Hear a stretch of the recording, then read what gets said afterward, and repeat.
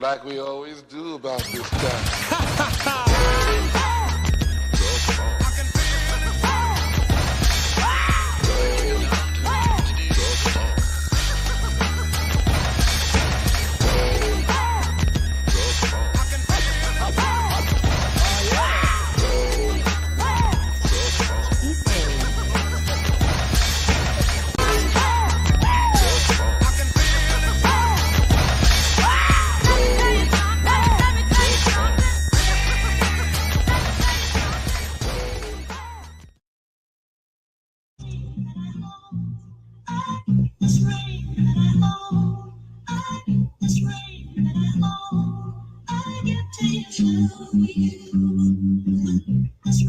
Break it, they ain't let us in. We pass on the settlements. This path I don't recommend. We pass, but they expecting me. I go where they never can. I float, I don't never land. When it's dark, you don't know where you go. Need a light bear to lead you home. I go where they never can. I float, I don't never land. When it's dark, you don't know where you go. Need a light bear to lead you home. Light 'em up, beat me up. I only go. The kids, they switch sides. I seen it coming. The plot twist. I'm convenient.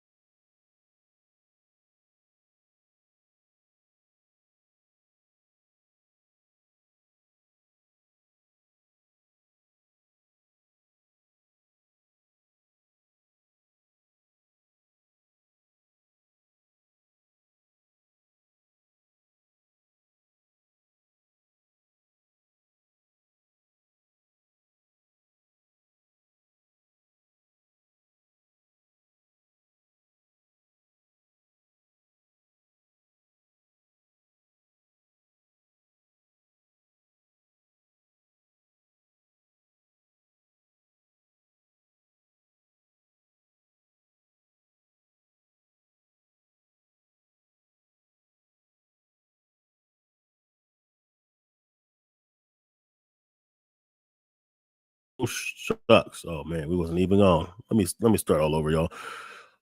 Welcome to Blockchain Crypto Gang. We about to get into some things today. We got to go ahead and we got to keep the pressure on, and we got to keep showing the receipts. So we're gonna get into some of the newest paperwork that I've been privy to, be able to have sent to me. We're going to go back and revisit some of the videos that I made on CryptTalk podcast. Remember, CryptTalk podcast was a YouTube channel with only about 1,500 subscribers, but I had a good engagement base. The people who followed it really believed in what we were doing and really felt what we were doing at CryptTalk Nation because it negatively affected them as it did me. And because of that, just the motion of a 1,500 subscriber based channel was enough to make those at Gold Standard Bank, Carrot Bars, whatever you want to call them, the G999 crew, not only have a lot of hate for me and for the rest of CryptTalk Nation, but they pressured YouTube enough to get my channel taken down. So we're going to go over some of the videos that I made. We're going to see what some of them are up to now. What are some of the biggest adversaries of CryptTalk podcast? What are they up to now? It'd be very interesting to find out. The reason why this is still important to this day, I know some people would say I'm beating a dead horse. But the reason why it's important, because right now we're on like the last leg for those who want to really understand what this crypto is about. And those who want to avoid situations that could put their finances in a detriment because they don't really understand blockchain enough.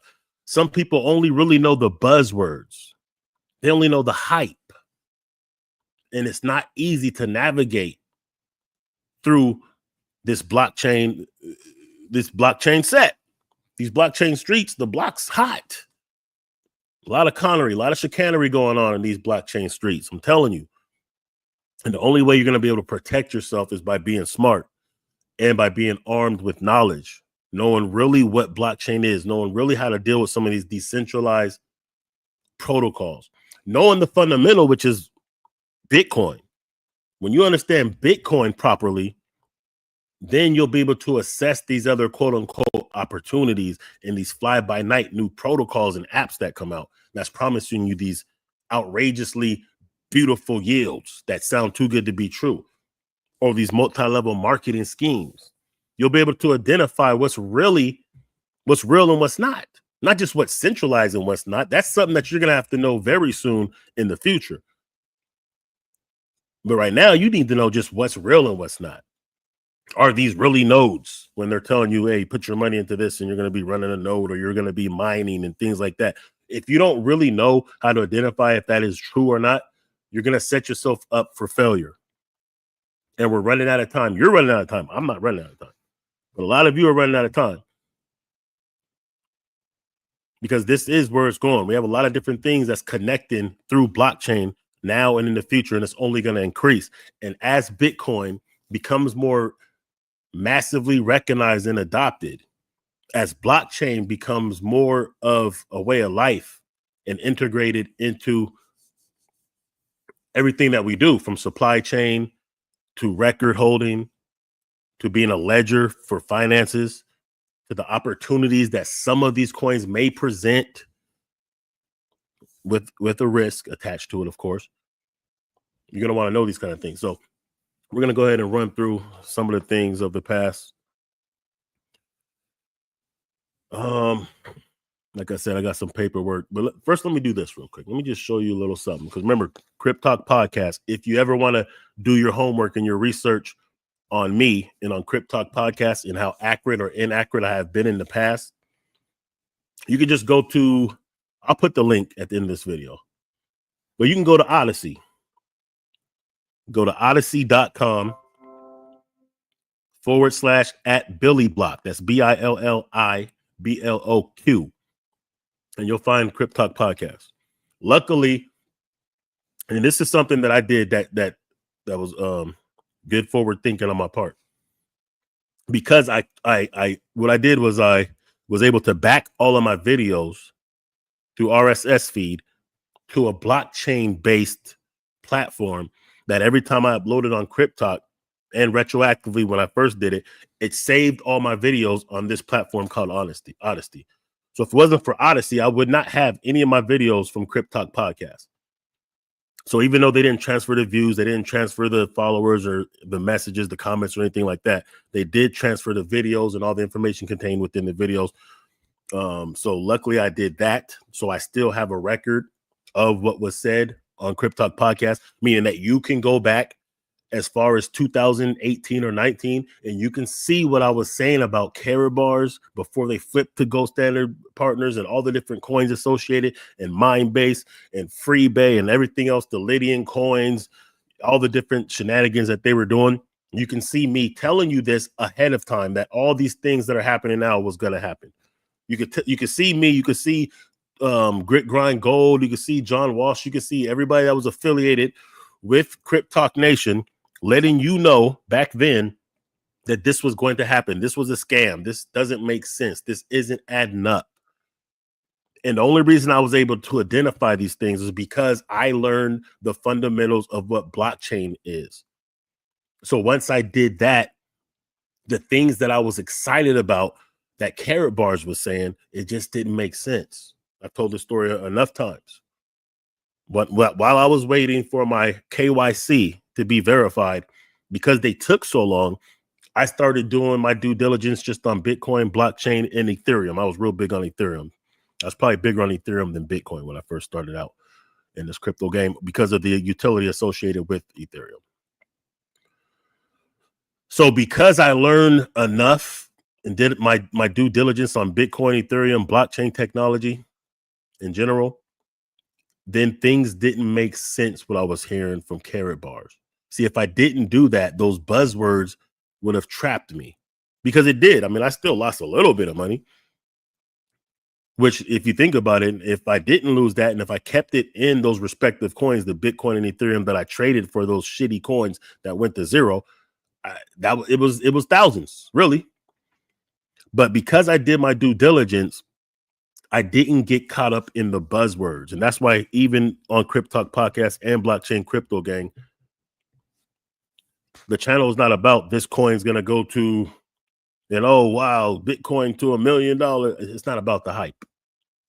It's not about the hype and the chivalry. Yes, I do take my chances. I take swings at the fences with high risk opportunities in the meme coin sector and altcoins with low market caps. I do take my chances, but I understand the risk. Also, because I understand the fundamentals of blockchain technology, I know how to get into these coins before they hit the public market, which if you're really going to try to make money off of some of these meme coins and some of these new projects, you have to be able to get them before they're on Coinbase and Binance, et cetera, before they're on a centralized exchange. That's a whole different topic. But I protected myself by having knowledge. And that's why what I typically put on CryptTalk podcast, Blockchain Crypto Gang, which new people really should pay the most attention to, besides tutorials, besides maybe even getting, some consultations and learning from somebody who knows. What you really want to pay attention to, what is going on in the news? What are these different crypto blockchains doing that you can really count on, that's promising, that makes sense, that's changing or benefiting the broader society one way or another? Like what kind of projects can you really see, get behind, that have the technology and the mission statement and the ability to do things that are cutting edge in technology? And these things were all promised by Karatbars and GSB, Gold Standard Bank, and all those guys. They promised that their technology was necessary and that they're making these deals, but they weren't. And if your only means of media and information was from them, well, then you lost. But let me just show you something before we get into these court paperworks, just to show you that this is what I was saying 3 years ago, 4 years ago, actually. And then we'll see where we're at right now.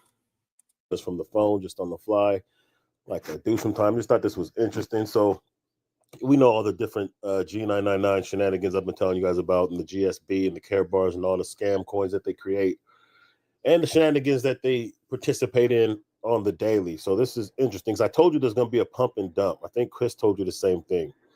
So check this out. So, of course, the coin is down, like always.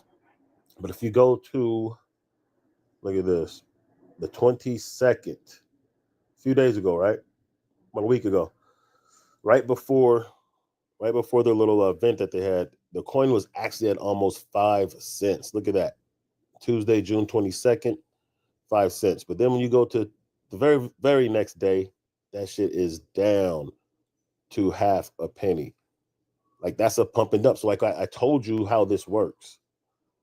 A majority of the coins are owned probably by one wallet, probably Joseph Haidt himself. Maybe a couple wallets own a super majority. So that means when y'all put your money into this project, rather you buy the tokens, you buy the packages, then you get some of the tokens, you add to the market cap. And then what he do the very next day, dump. You don't see a 681% pump at 5%. And to be honest with you, it didn't even take a day for them to dump it. They dumped it within an hour.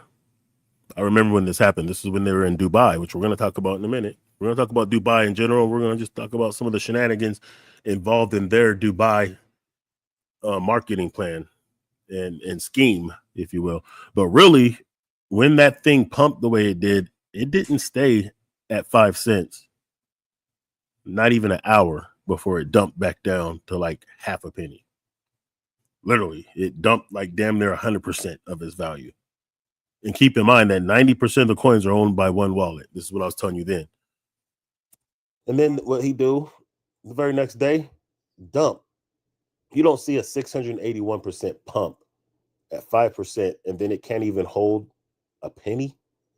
It goes all the way down to half a penny again. I'm telling y'all, this is what it is. So you wonder why I keep speaking about these guys? I'm gonna tell you why. Because they did rip me off. They ripped many other people off. and they want the smoke.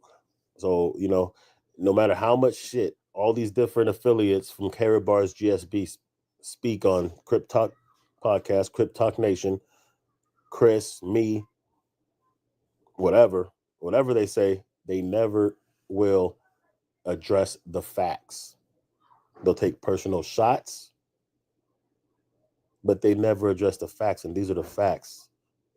Look at this pump of 681%. How many of y'all got paid off that pump?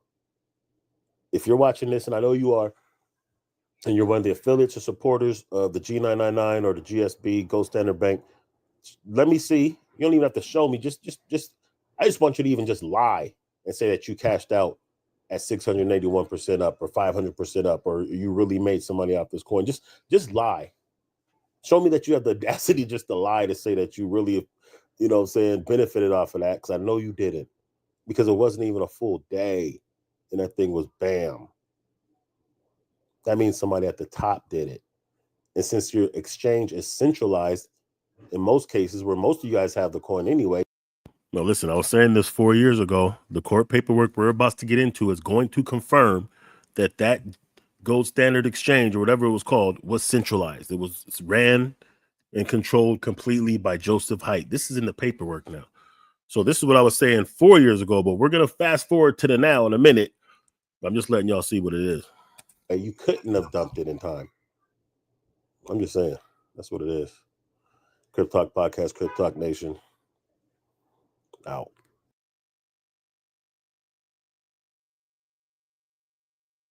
So there's another video loading up, but we're gonna save that for a little bit later. But just to understand where I'm at with this and why, you know, I'm passionate about this and why I keep coming back to this. Because not only did they get me for a little bit of bread, not too much. Luckily, I was able to pivot and see what it was before most people did. And then I was able to expose it. So not only did they rip me off for a little bit, not only did I get death threats, not only did I get threatened with lawsuits. The only reason why they didn't pursue the lawsuits is because they didn't know who I was. That's why they couldn't put they couldn't link my channel to a specific account with Gold Standard, because I didn't really do anything with the Gold Standard account. I didn't try to sign people up as affiliates. I didn't do any of that thing. So they couldn't really identify me like they could others. So that's probably why I didn't get a lawsuit. But I got threatened with that. I got threatened life threats. And I got my channel taken down. So, you know, these guys have been going after. And I was attacked viciously all over Twitter, all over YouTube, Facebook, Instagram a little bit. Like, they were coming at me, you know, with the rah-rah. First, they were saying I was just lying. You know, I was talking about my channel is too small to have an impact, blah, blah, blah. And, you know, I've showed some of these receipts before. But anyway, let's get to the now. Let's get to what we're really here for, y'all. What are we here for? Let me put some music behind this, man. Let's go ahead and let's see something. Let's see. We got a little something, man. Let's go. Yeah.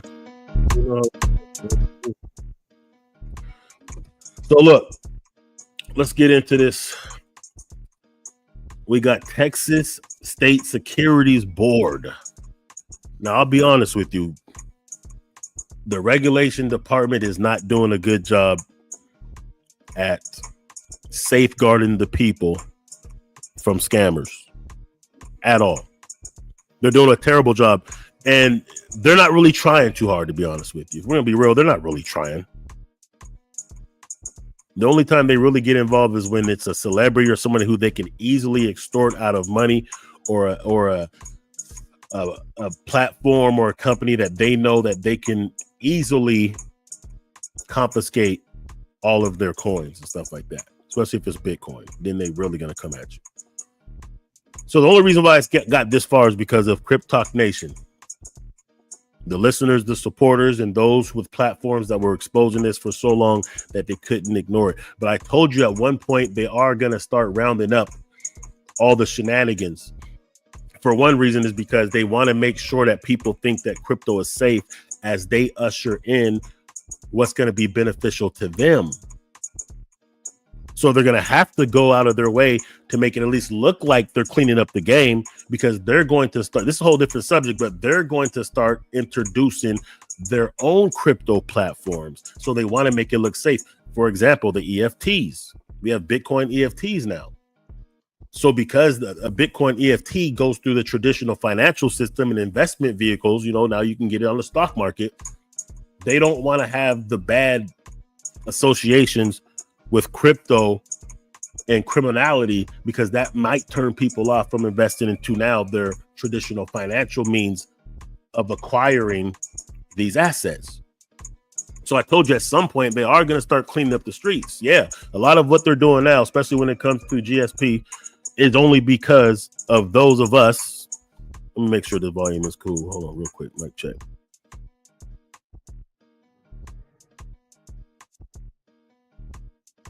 Yeah. So a lot of it is only really because, the platforms like CryptTalk Podcast, Grit Grind Gold, John Walsh, hashtag Chris Trades, and others. And those of you who followed instructions, we said, hey, do these petitions. Hey, make some noise about it. Hey, share this. Let it be known. Spread the information. It was a long road, but here we are. Let's go ahead and get to this, man. So this is the Texas State Securities Board in the matter of the Upto Foundation. I think that's their newest hoodwink, attempt. Joseph Haidt, Dirk Zalman, Bruce Innings, Wild Hughes, and Dennis Christopher Lewis. All right. So this is what they're saying.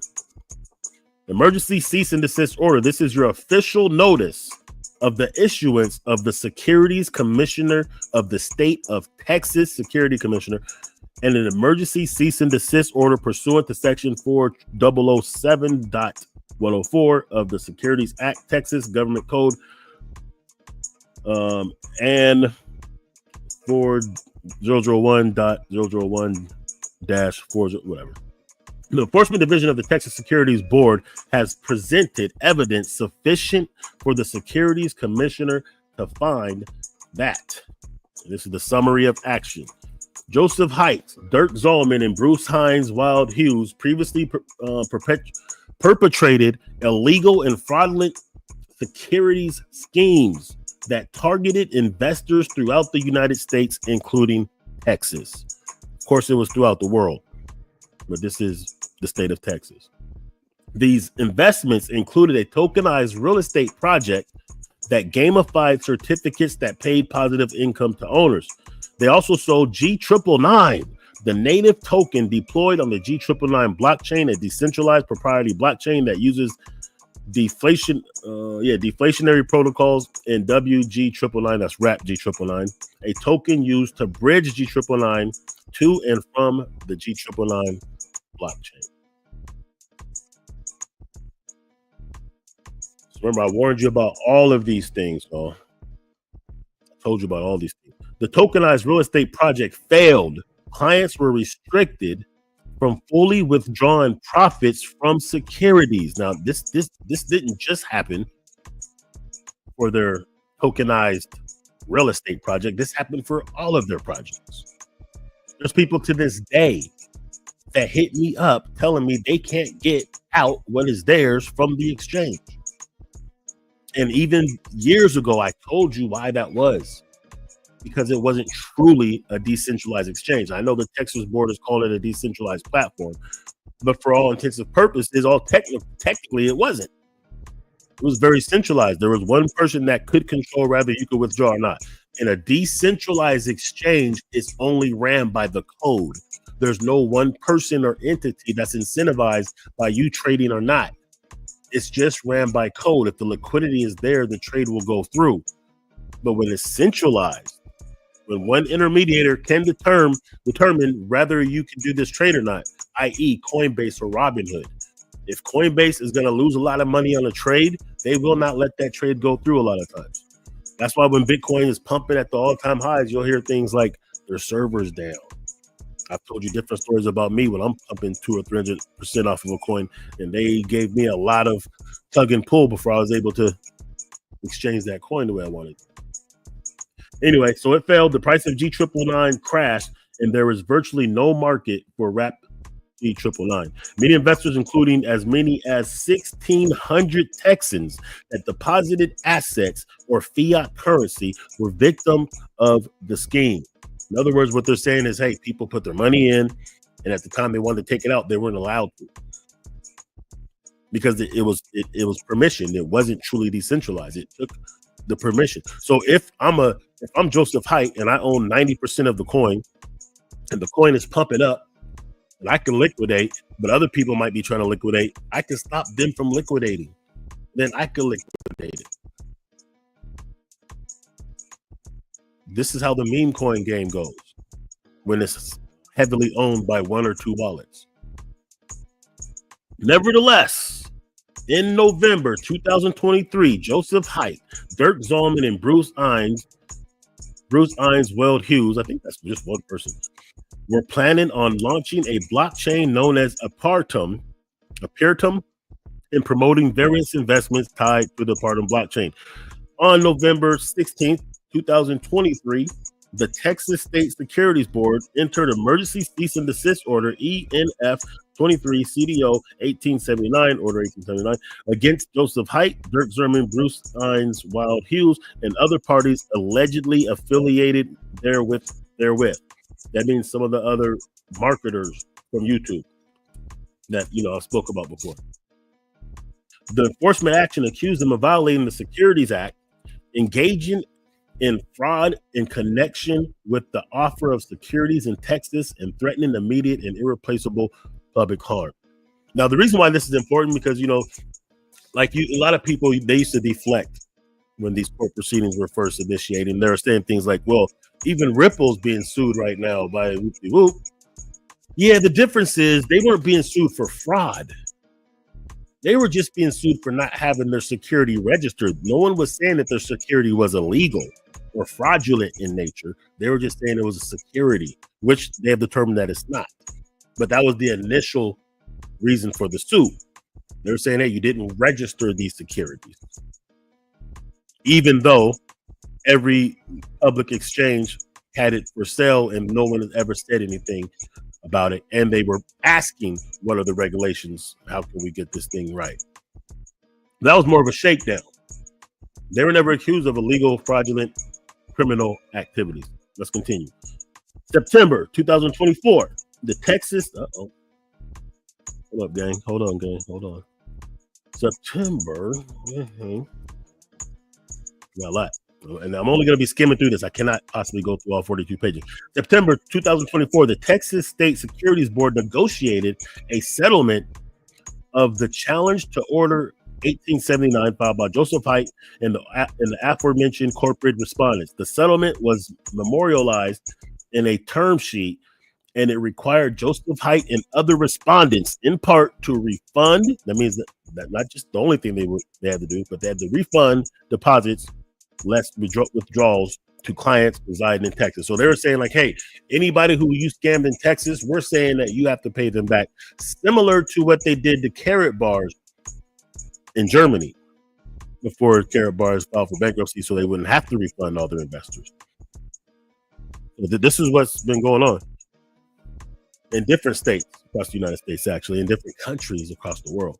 November 2024, not long after the execution of the term sheet, Joseph Haidt, Dirk Zalman, and Bruce Ines Weld Hughes announced that they are moving forward with the launch of the Upto blockchain. They also announced plans to migrate GS partners, a respondent named in the order 1879, and an issuer of the securities described therein, and other platforms to the Upto blockchain to avoid regulation and enforcement actions by the Texas State Securities Board and other regulators from the United States. So they continue to say, hey, we're going to go through with this because they know that they're international and it'll be hard for them to stop it. And they knew that really you can still access it even from Texas if you really wanted to. February 2025, the Texas State Securities Board accused Joseph Haidt and the other respondents of violating the term sheet and intentionally, willfully, or knowingly withholding and or misrepresenting information used for and relied upon in the term sheet. In other words, as they always do, they were making it seem like it wasn't really what it is. Oh, they're just saying that we have to. Oh no, they're not. You know, they're lying. Joseph Haidt and other respondents failed to cure the violations, including violations of key provisions that obligated them to take steps to notify clients residing in Texas and ensure the successful return of deposits. So likely they didn't even tell their Texas residents, hey, you guys are now entitled to compensation and having your money back, according to the state of Texas. They didn't inform or make any attempt to do what was agreed upon in the settlement. February 2025.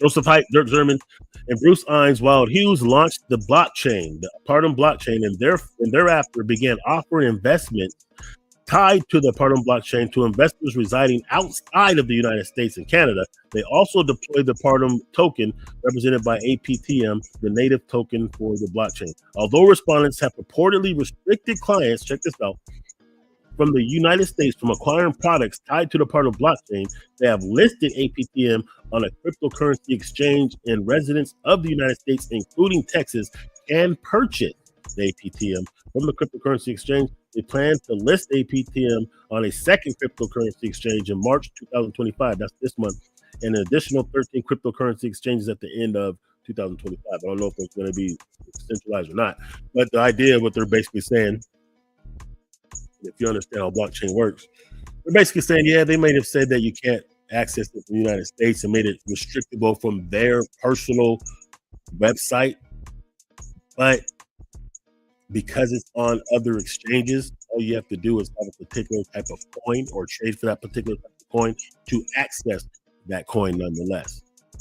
So that'd be like Shiba Inu saying, yeah, you can't get it from Coinbase anymore or from our website.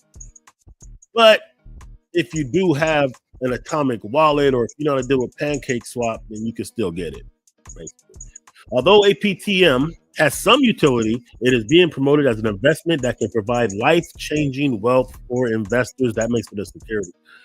Respondents are even representing that APTM was reportedly valued at 2.5 cents at launch and increased to more than $1.50 following the deployment of the decentralized exchange. So that means once they deployed it, people got in, it went up, and it briefly clips $4 per, meaning that, it pumped up, but briefly, because of course it was liquidated soon after. Their marketing tactics are proven successful, as they have already attracted numerous clients, as more than 22,000 unique wallet addresses have already submitted more than 268,000 transactions through the Ethereum blockchain, and more than 3.5 million in assets have already been transferred from other blockchains to the Ethereum blockchain. So people are trading in their Bitcoin and their Ethereum and other types of coins to get this coin that is going to go to zero. They're trading in, as I've said before, people like me even traded in our Bitcoin and Ethereum for a KBC coin that is now not even functional. People traded in the same type of coins for the G999, which has lost 95% of the value. And people are doing it again. I suspect a lot of them aren't in the United States, but quite a few of them, I'm assuming, are. The respondents. Hold on. Should we get into this? Let's briefly go through this real quick. I want to skim through and get a little bit more into some other things, but let's go ahead and get this one. The Pardon Foundation responded. The Pardon Foundation purportedly oversees governance, research, protocol upgrades, and economic development for the Pardon blockchain. Its owners, officers, directors, employees, and members are unknown. Okay? Unknown. That is something that's a red flag anytime you're dealing with some of these fly-by-night new projects. Anyway, Joseph Haidt responded, served as the chairman of the board of GSP Gold Standard Corporation until November 22nd, 2024, when he purportedly resigned and relocated to an undisclosed country. Does that sound like somebody who's on the up and up? And remember, when he was on the board of GSP was affiliated with Carrot Bar. Don't forget that. He currently owns the majority of shares issued by GSP Gold Standard Corporation AG, serves as the chairman of the board of GSP Group, and serves as a strategy advisor for an organization known as Apartum Holding. So you notice a theme here, right? Derek Zalman, I don't really know who this guy is, previously served as Chief Operating Officer, COO, and Head of M&A of GSP Group. Previously served as a member of the advisory board of GS Partners and currently serves as a strategy advisor for Apartum Holding. As described herein, in November 2023, respondent Zolman was have engaged in securities fraud in Texas in an enforcement action that is final and not subject to appeal. So he's cooked in that regard, we're saying. Can't even appeal it.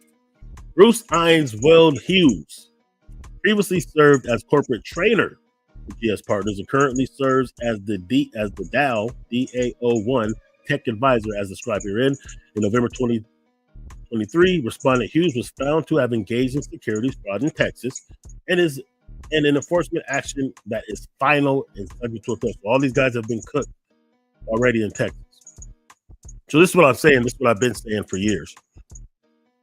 Before it was known, I guess, to me and Chris and others, like, we just seen what it was. We didn't need all of this to know that what they were doing was a scam. We were saying it, we were calling it ahead of time. We were letting you know, like, nah, this just don't make sense. A lot of people didn't believe it. Some people did believe it. They just were benefiting from it, so they still had to attack us to protect their own best interest. But a lot of people really didn't know. I'll give that to them. Some people sincerely just didn't know. They couldn't see it. Maybe we just were visionaries and we could see it more. Or maybe, like I said before, because I studied blockchain and Bitcoin and understood the fundamentals of such, it was easy for me to identify these as not making sense. Like, even before I called it a scam, I said it just doesn't make sense. I'm just not as interested. Having a crypto bank just doesn't make sense. Like, how does a crypto bank work? How does a brick and mortar crypto bank? This is what Carrot Bars was saying back in the days. They said that they're going to open a bank in Miami. I remember this. This is when I was excited about them. They're going to back their money by gold. This is before I understood the nuances of that actually being a real thing. But once I started learning about blockchain, I was like, crypto bank doesn't make sense. Like, what are you going to do at a crypto bank? Are you going to pull up to the bank and go deposit cryptocurrency? What?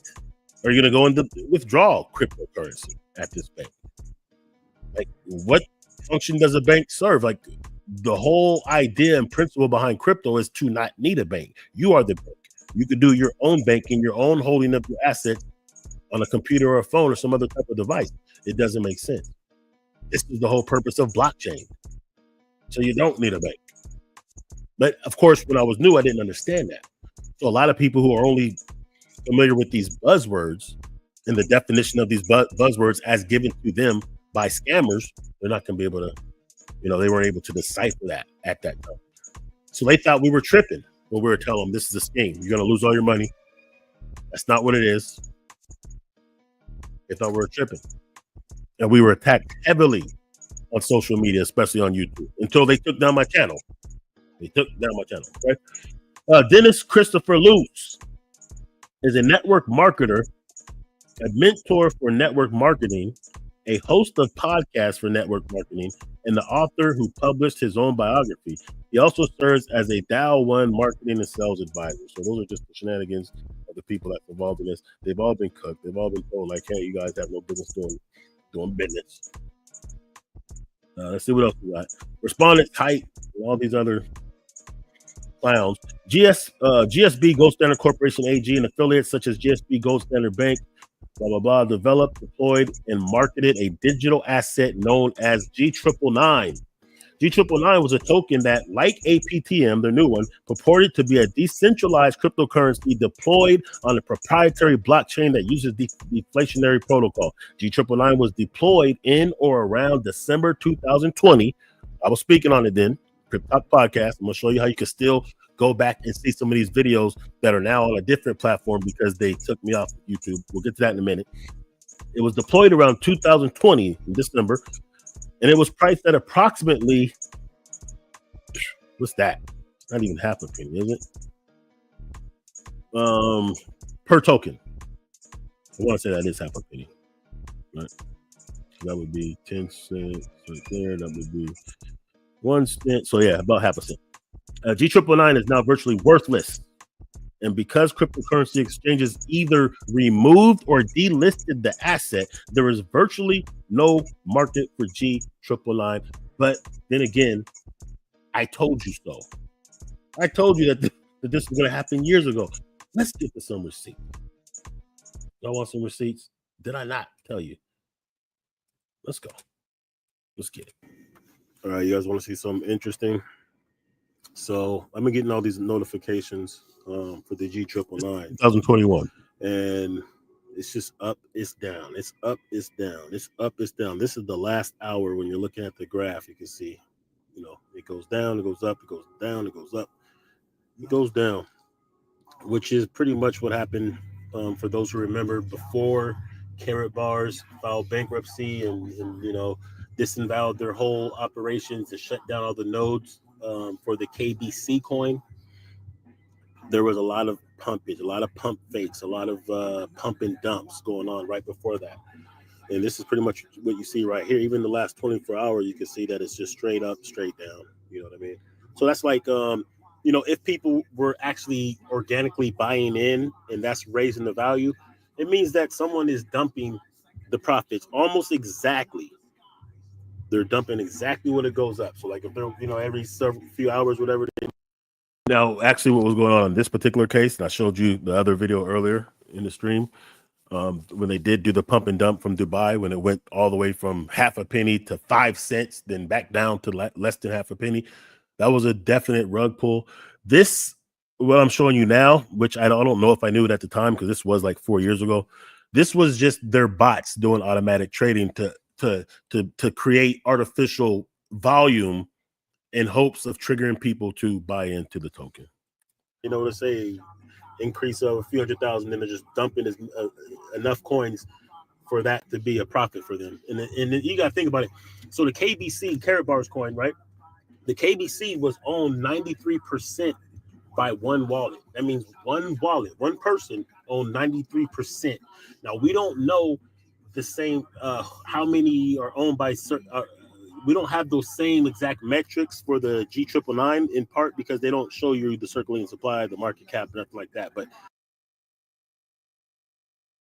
that in itself was a red flag that I pointed out years ago. They're not transparent. So if you don't have the circulating supply or the market cap, you can't gauge, where the coin is going. You can't really set metrics to like when you want to cash out or what market cap you're looking for the price to go to where you think that you've made enough profit or whatnot. They kept that. They learned from their last scam coin, which was the KBC, to not include that type of information, which should have been a red flag in itself. You can guess, you can bet that, there's probably one or two or a few people that own the vast majority of the coins. So anytime the price goes up, they just drop it, especially if they got them for free because they were pre-mined or something. That means they can just drop it. They got billions of them and just drop as many as they need to make a profit. When anytime any organic money flows in, meaning that you guys who would invest in this coin, well, they could just liquidate it. This is what happened when they did that whole little thing in Dubai where it got up to 5 cents for literally an hour. That's the video that I showed earlier in the live stream when I was showing you the graph and the TA. Take the technical analysis and the charts on the coin. That's what I'm referring to. Or less. It went up and it was liquidated like almost immediately. And that's what it looks like is going on right here. And or there's just organic movement that's making it pump, meaning that they're just like buying it, trading from Bitcoin to G999, Bitcoin to G999, just to make it look like it's spiking. So then other people might think that, hey, it's about to go up. Let's get into it, blah, blah, blah. But like I said, you can't see the circulating supply. There's actually more in the total supply than in the max supply. So the max supply is 16.81 billion, but the total supply right now is 16.83. So they could still actually be minting coins, right? Now, I heard that they were supposed to be burning coins, but if you're burning coins, your total supply should be going down. And obviously that's not happening here because the total supply is higher than the max supply. So, there's that. Just thought I'd show you guys that. I don't know if they're IPO. So the reason I'm thinking that perhaps this is IPO, that's right. I forgot about that. Remember, for those of you that was involved in this, remember when they said that they're going to take their company public and it's going to be available on the stock market? Yeah, that never happened. It's like one of the exit scams that they're doing right now is because KBC did the exact same thing. And of course, Joseph Haidt was the chairman of the board for the Carrot Bank. So, and I don't think they did the IPO. I don't know. If you guys are from GSB, if you guys actually have your IPO, let me know. I doubt it. Maybe me, I'm too ambitious. I highly doubt it. And, if not, either they're going to make you a promise that they're never going to keep, or they're just going to go ahead and just, shut down shop. You know what I'm saying? Exit scheme. Exit scam. Yeah, I just thought that was interesting, you guys. So, yeah. If some reason So the only reason why these videos are still available, despite the fact that they had my YouTube channel shut down, they had CryptTalk podcast shut down, is only because I ported my channel over to this blockchain-based platform called, it wasn't even called Odysee at the time. Odysee bought them from it. It was called Library, LBRY, and they paid you and this and kind of thing. So only because I ported it from there do I still have these videos where I could show receipts of me telling you what's going to happen, what's going on. So you can go to this link. You can go to odysee.com and you could find, CryptTalk podcast. And then you can just see how accurate I was. Not just when I was talking about KBC, Carrot Bars, GSB, but even when I was just doing stories on other cryptocurrencies and giving my analysis of what I thought about these coins. I've been pretty spot on for the most part. But anyway, let's go ahead and get back to this paperwork. Let's get back into the court. Let's thug it out. Thug it out with me, you guys. So there's that. I'm just letting you see that, what they're saying about G999 here in the Texas court is what I've been saying. It's virtually worthless. There's no market. They shut them down. They're done. As I told you it was going to happen. Respondents. Okay. GSP Gold Standard Corporation AG and GS Partners previously developed, deployed, and marketed a digital asset known as WRAP G999. WRAP G999 is probably Ethereum based. It's just the way that you could hold the G999 value in a different way, or you could use it to bridge on and off different chains. It was a token that, like the wrapped APTM, purported to be a decentralized cryptocurrency that is wrapped to enable it to be used on blockchains other than its native blockchain. That's what I just said. They also have, there's such things like wrapped Bitcoin. Pretty much every coin has a wrapped version. So that way it kind of makes it interoperable. So it could operate on different blockchains. You can still hold the value or whatnot. Anyway, let's get back to it. The contract, here's the contract code, blah, blah, blah. They're showing you the contract code. Users have only effectuated 891 total transactions using wrapped G999. Only one transfer of wrapped G999 has been completed since December 2023. Wrapped G999 are now virtually worthless, and because cryptocurrency exchanges, we've already said that part, right? Let's continue. There's a couple other juicy little nuggets that I wanted to get to. Is this the one? Now I was talking about the Lydian. For those that remember the whole Lydian thing that they were trying to do with the gaming and all that. The price of LSY increased to 1,800 shortly after launch, but quickly crashed and is now being traded on third-party decentralized exchanges for around 15 cents. Talk about a pull. I can't even do the numbers on that. It went from 1,800 to 15 cents. That means it was pulled. That means they rugged it. That means there was a bank run. They were running of the bulls. No, running of the banks is what happened. Which means for that to happen, either everybody that's invested in it lost confidence in it, or one entity or wallet owned the lion's share of that coin and they were able to liquidate it. GSP, Gold Standard Corporation, AG, and GS Partners previously developed, deployed, and marketed digital asset known as XLT. I remember that. We spoke about this. All these things are things that I told you about. Chris told you about. All the CryptTalk Nation platforms told you about and told you what would happen and what was going on years ago. Now the courts are catching up. Okay. Vouchers were supposed to be offered in 3 phases. The first phase was supposed to raise $70 million through the sale of XLT vouchers for $9.63 USDT, which is Tether, a stablecoin. The second phase was supposed to raise $60 million through the sale of XLT vouchers for $12.52. And the final phase was supposed to raise $45 million through the sale of vouchers at $15.68 USDT. 15.68 USDT, I should say. They never made it past the first phase. Jesus. Woo. They never made it past the first phase. GS Partners eventually converted all XLT vouchers acquired by investors during the first phase to a new token named XLT tokens. The contract, whatever, you don't care about what the contract code is. You'd be a fool if you trying to get that coin right now. The XLT tokens are now virtually worthless, and there is virtually no market for buying, selling, or swapping XLT tokens. This is the case. This is the story.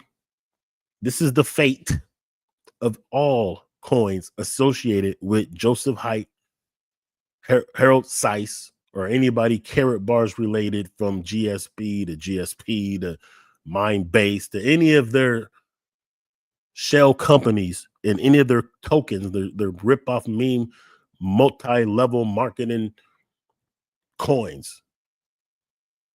They all end up being worth nothing. And those who invest in them can never get their money out. GSP corporations previously issued, offered, and sold investments known as elemental certificates and success series certificates.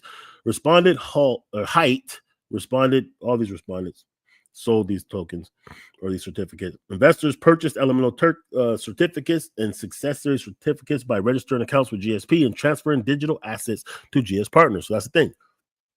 They'll take your cash, they'll take your stable coins, they'll take your Bitcoin, they'll take your Ethereum, they'll take all the coins that really have value for their shitty coins that's going to go to zero. Investors therefore loaded principal into their element certificates and success series certificates by spending additional digital assets over time and allocating their assets to one or more block folios tied to each certificate. Each block folio purportedly represented a specific industry, such as the gaming industry, the fintech industry. So they're smart in masking their scheme in some upcoming trends in the crypto market.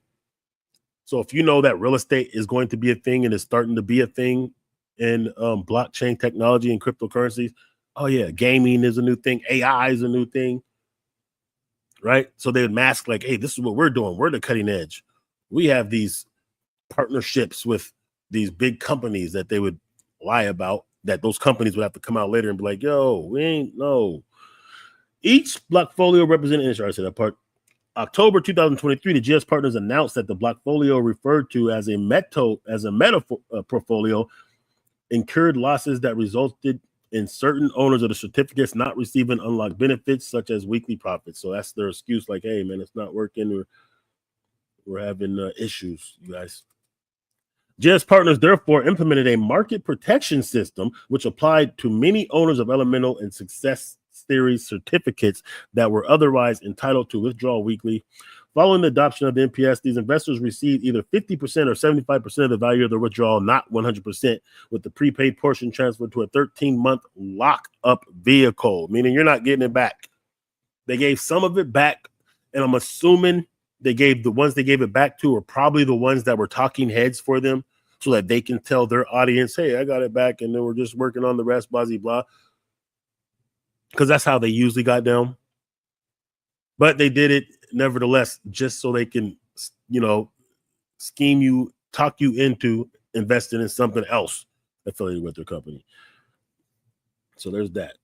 So investigation of multi-jurisdictional investigation and enforcement actions. We're going to skip that because I want to get down and see what else we got. November, the Texas Security Board. Okay, timeline stuff again. Let's see what else we got, man, as we wrap this up. Following the entry of Order 879, GS Partners stopped using the website accessible at GS Partners Global and began operating through GS Pro Network, a website purportedly operating by GS Digital Partners. So that they have to keep on switching platforms and websites and trade names and things because they're constantly trying to stay ahead of the incoming legal action and legal enforcement that is hot on their trail. They got hound dogs on their trail, and they know it. Okay? So that's what they're doing there, just to summarize it. Okay? Man, these guys are deep in the bullshit, man. I'm telling you. Liquidation. Certain members of GSP Group have been dissolved, liquidated, or placed in bankruptcy. These entities include organizations named as respondents in Order 1879 that entitles that they were already defunct at the time Respondent Heights executed the term sheet on their behalf September 9th, 2024. More shenanigans. GS Partners was registered with the Como Ross Union and assigned company number, blah, blah, blah, through a corporation and blah, blah, blah, and in countries way up out of here. Anyway, let's see what else we got. The resignation of Respondent Height. At the time, Respondent Height, Zalman, and Hughes hosted the 4 video conferences. Respondent Height and GSP Group, including GS Partners and GS Pro, had already executed the term sheet with the Texas State Securities Board. The day after the 4th, the final video conference announced Apartum and Dow 1, the Enforcement Division, notified counsel for Respondent Height and expressed concerns about the announcements and the potential impact of the settlement. Let's see what else we got. There's a lot going on here, man. Avalanche. They started using Avalanche, huh? There was something else here that I wanted to get at, man.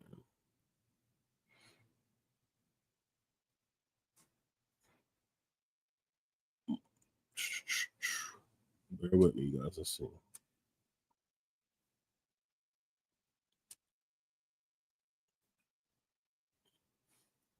All right, let's do this one.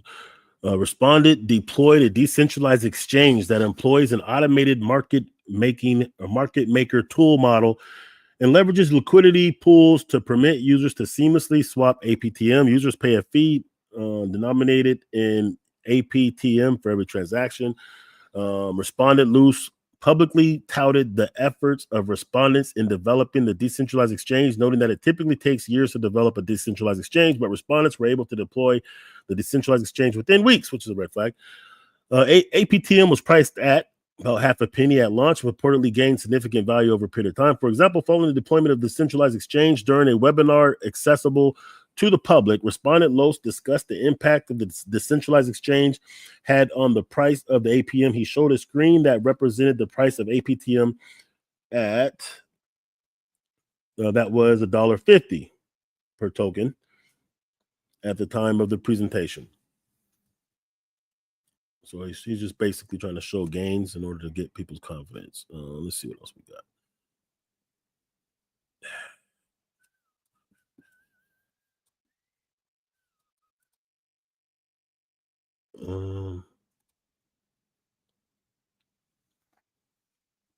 Okay, so I know there's something that I wanted to show that when I was scheming through, I seen that caught my eye. Well, I mean, but basically these are just the shenanigans, man. This is just all this coming to a head. All the things that we were telling you was going to happen, happened, right? All the things that we told you was going on with the fraudulent activities of all of these different projects that they had people convinced were real. And I was showing you like, nah, that's not what it is. Doesn't make sense. These guys are scamming. They're ripping you off. They own 90% of the coin. It's not truly decentralized. These products that they're coming out with are inferior products. They don't have any of these different partnerships that they're telling you that they have. And you would understand this if you paid attention to the real news that goes on. That's what Blockchain Crypto Gang is really about. That's what CryptTalk was. Yeah, my channel got a little bit popular because I was exposing carrot bars and there were so many people that related to that. exposing carrot bars, the surviving carrot bar series, the exposing of the GSB and all that. People gravitated because they related to it. But really the bulk of CryptTalk podcast was showing you stories of real things that are going on within the crypto blockchain industry. Stories that I did as objectively as possible because I wasn't trying to convince you to buy a particular token. I was just showing you, hey, this is a partnership that Ripple's making right now. Oh, here's Tezos and what they're doing. Oh, here's, what I'm saying, different cryptos and what kind of partnerships or developments that they're doing. That way you can make your own decision. I also did a lot of tutorials. Oh, you want to know how to, get into this decentralized protocol, and you can borrow up to 80% with a collateral debt position, meaning that you can borrow against your own assets, which doesn't trigger a tax event. It allows you to have your own repayment, and it's all done with smart contracts. So there's no one that's going to say yes or no. As long as the liquidity is there, the transaction is going to go through because it just runs on code and not anyone's personal feelings or incentives. I was showing you things like that. And this is just they're just rehashing how that coin went from $1,800 to 15 cents. Okay. I should be paying attention to this. But anyway, let's see what some of the people that were my biggest adversaries are doing right now. So some of y'all remember there was a guy named Lucky Rico. And there's a video that I made that I cut from his channel where he was calling me an idiot. I didn't know what I was talking about, blah, blah, blah, blah, blah. He just went on a rant against me. And then I showed you exactly how that aged, and it didn't age very well. So here's him now, right? He was one of the biggest pushers of carrot bars and G999 and everything. As you can see, his name is still gold standard. He was part of that gold standard, collection of imbeciles and scammers. Now, what is he up to? And he made this pivot years ago. He was probably smart enough to get out the game before, all of the legal lawsuits came. He was smart enough to see, the writing on the wall, and you're welcome for that, Lucky Rico. And then he started copying what I do.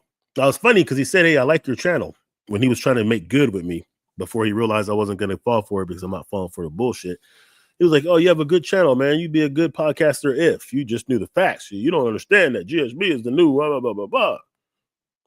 At that time, he wasn't doing stories. He wasn't covering stories on crypto. Now, all of a sudden, he's covering all kind of stories related to crypto. Now he's making material, even though he hasn't made anything for a month, but that's cool.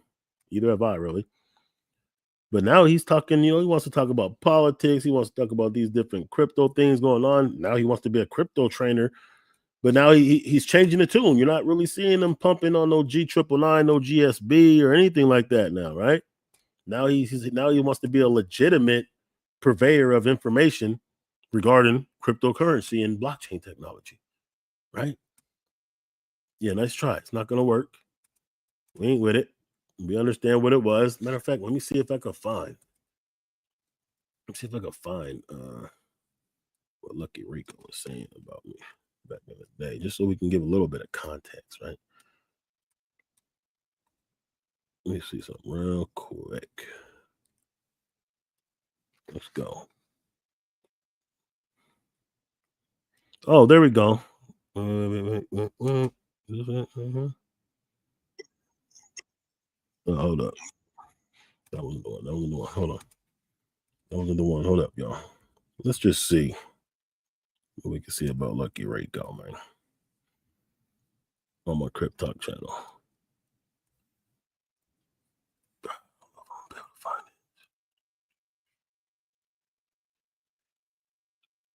All right. Might be a little bit harder than I thought without logging in. Really block.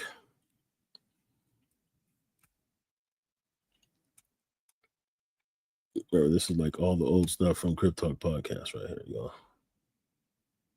Anyway, just trust me. He was saying some bogey stuff, but now he's not, all of a sudden now, I guess I was right, because he ain't got shit to say about, he's not standing on what he was standing on. Now he's trying to do his own thing and pivot and use the same audience that he scammed with G999 and Carrot Bars KBC, and he ported them to his own little ecosystem per se.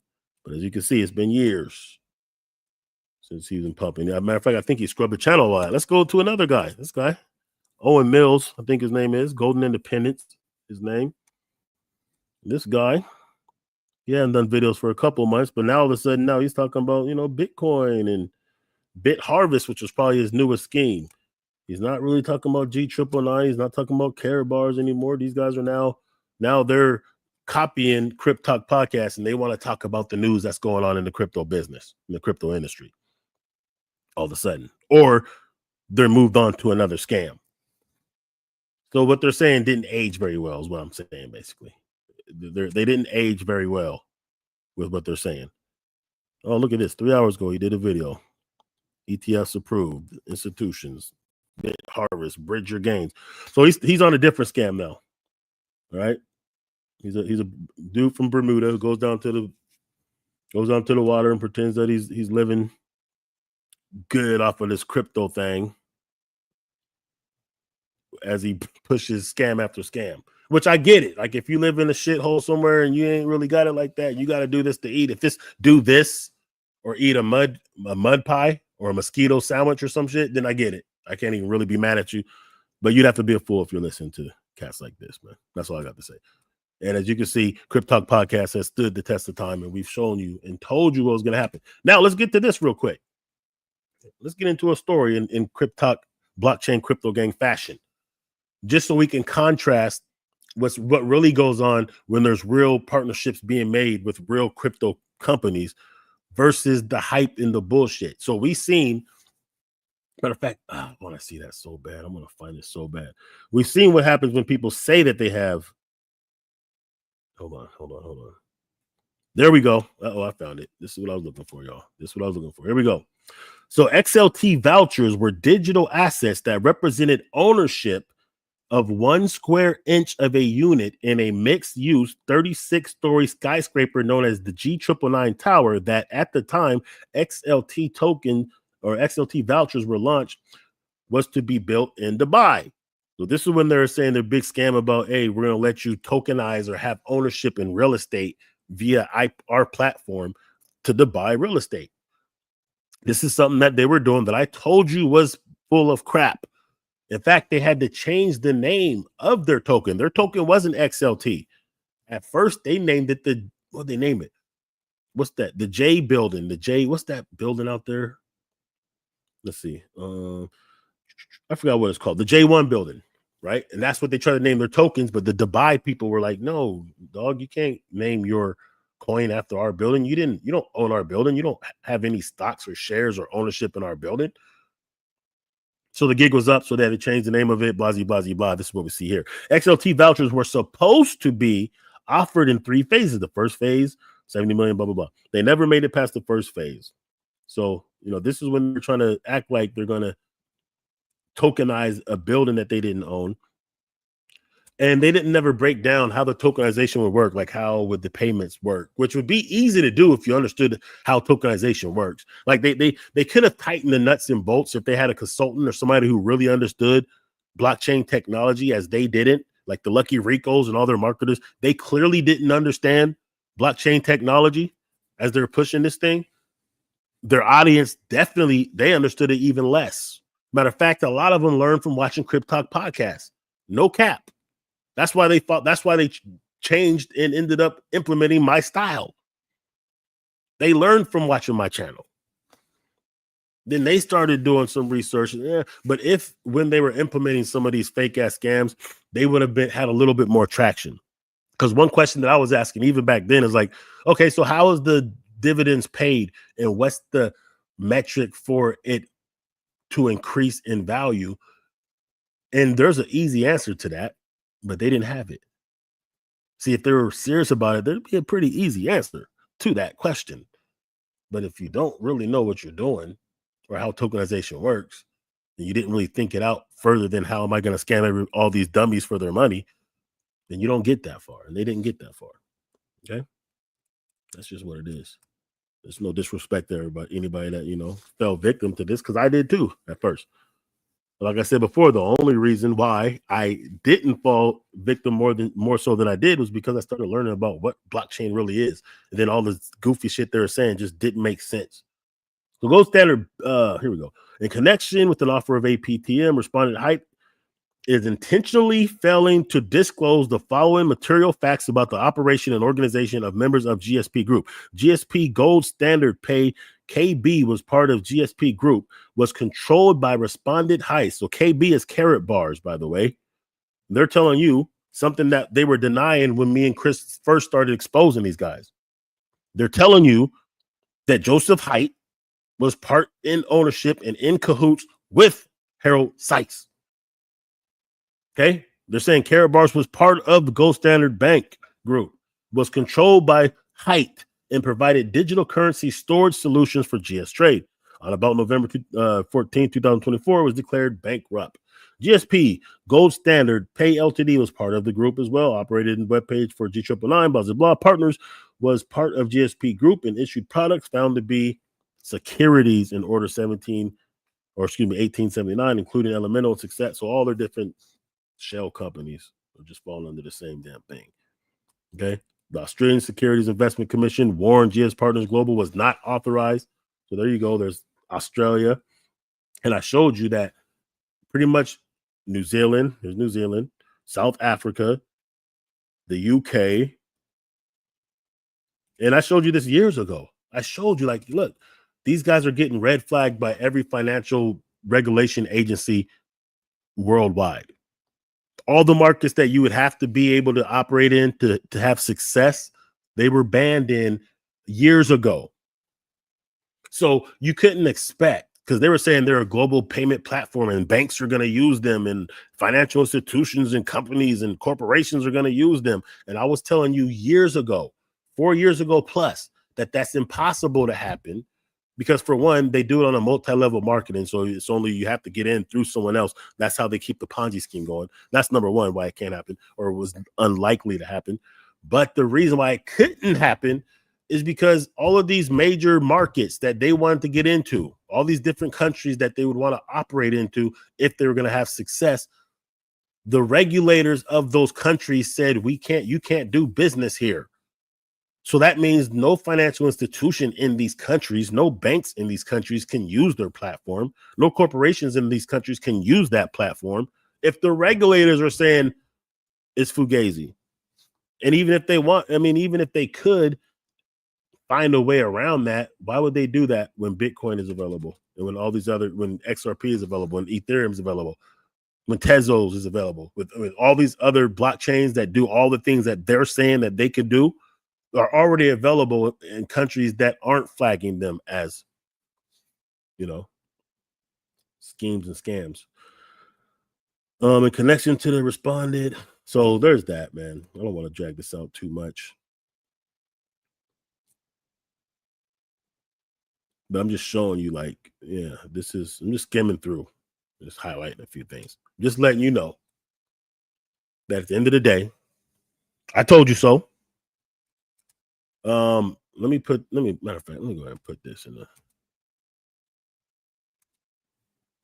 see if I can put this in the thing. Bang. I'll put it on the description as well. But for now, I'm just going to put it, bam. This is how you can actually get to CryptTalk podcast on Odysee. That way, if you want to retroactively check out all the videos I made where I was telling you guys all of this way ahead of time. This is the reason why my channel got shut down. This is the reason why I got death threats. This is the reason why people threatened to sue even though they didn't know who I was.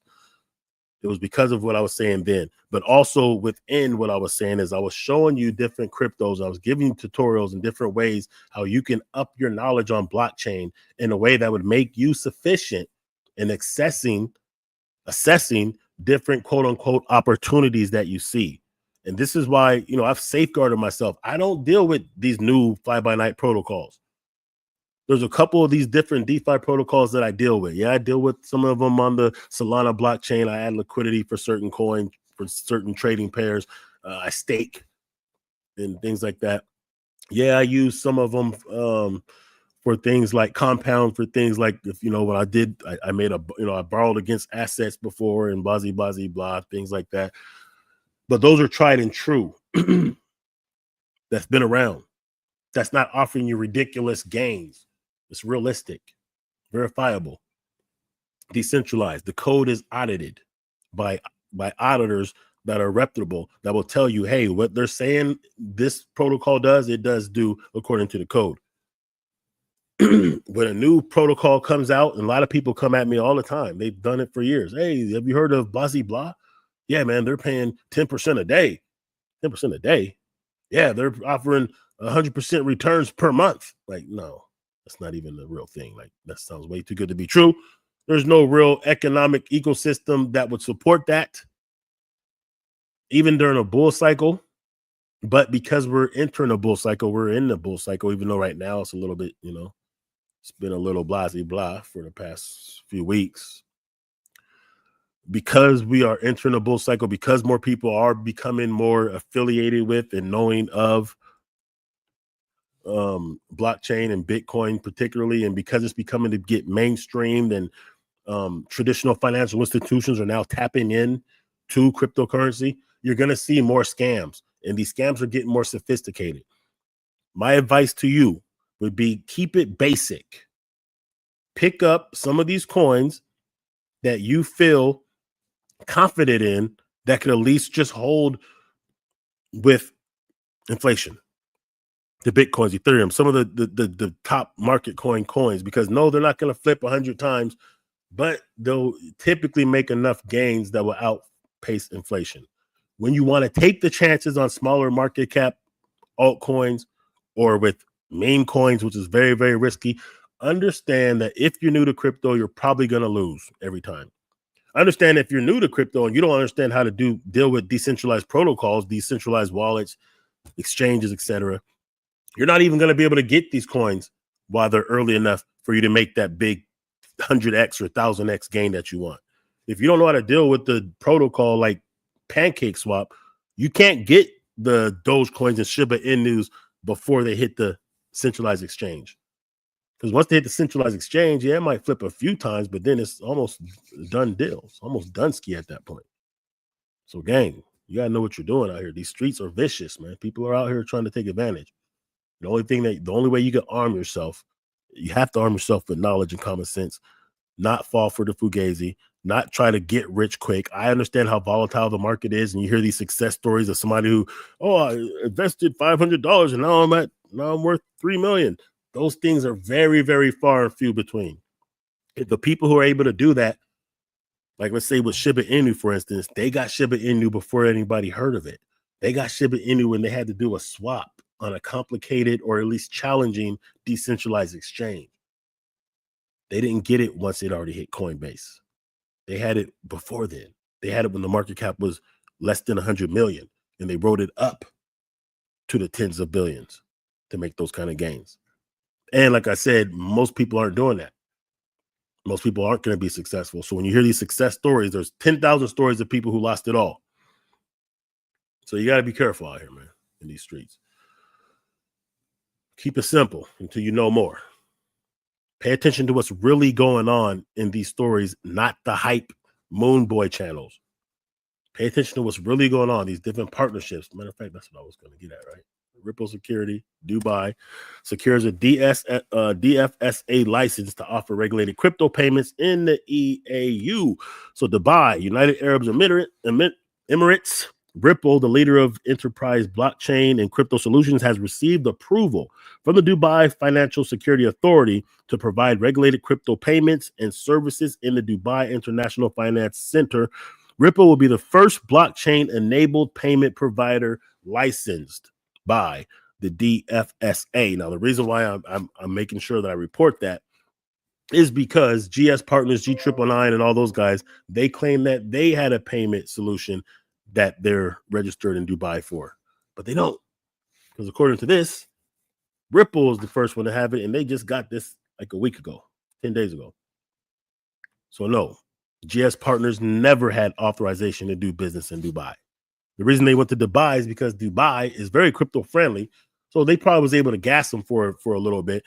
but also because they can't be extradited from Dubai to the United States or to other parts of Europe where they're on the run from. Let's keep it a buck. All right.